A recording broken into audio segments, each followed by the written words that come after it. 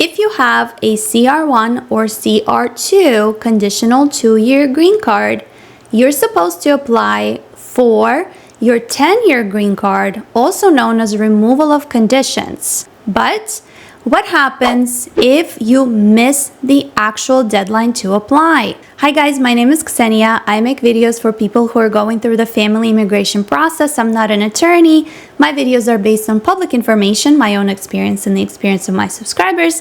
And the purpose of my channel is to give you guys the confidence to go through this process completely on your own. So this video is for those of you who unfortunately have missed your deadline to apply for removal of conditions, the form I-751, which you should have filed within the 90-day window before your conditional 2-year green card expires. I often see this happen in a situation where people file the I-90 form instead to renew their green card, even though that is not the correct form for a conditional resident. Some other times that you could have missed the deadline is if something happened in your life and you simply missed it or you didn't even realize it. Fortunately, USCIS encourages you to go ahead and still file for removal of conditions even if it is late. You simply do not have any other options. The only other option in this situation is deportation, because you technically, if you never file your I-751, you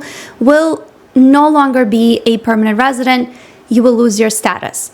I have been on Reddit forums reading people's experiences in filing it late, and there was even one person who said that they filed their I-751 5 months late. With that said, if you file late, there are certain steps that you need to take, not just filing the form I-751. You're going to have to provide a letter kindly asking that USCIS considers your late application. But also, it should provide an explanation for why you filed late. USCIS gives you examples of some extenuating circumstances that warrant late filing: physical hardship, financial hardship, work obligations, maybe you had a hospitalization or any other kind of medical emergency, death in the family, other emergencies. You need to file your late 751 application as soon as you realize that you are late.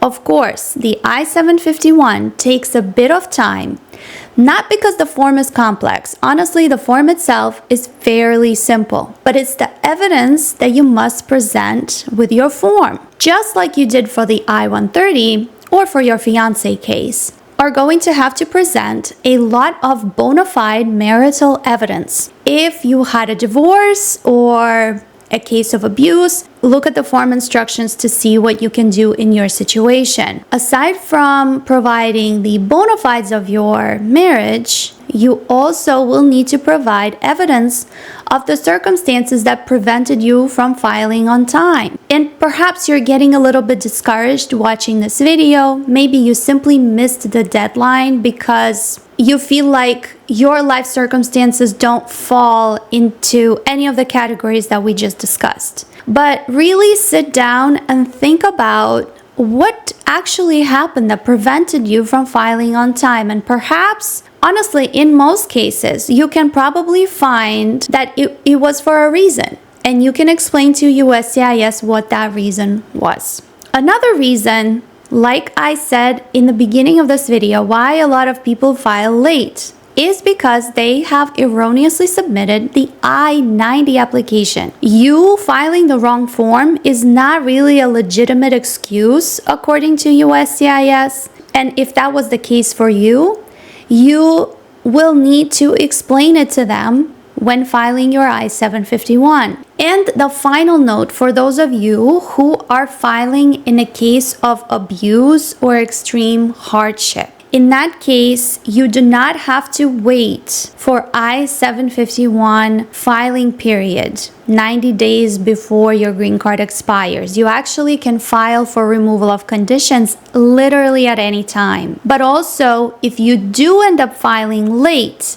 You're going to have to present evidence of that, of course, but USCIS will excuse late filing for that. This happens quite frequently. Not to say that it's normal, but it does happen. And luckily, there's a lot of resources out there for you in a situation like that.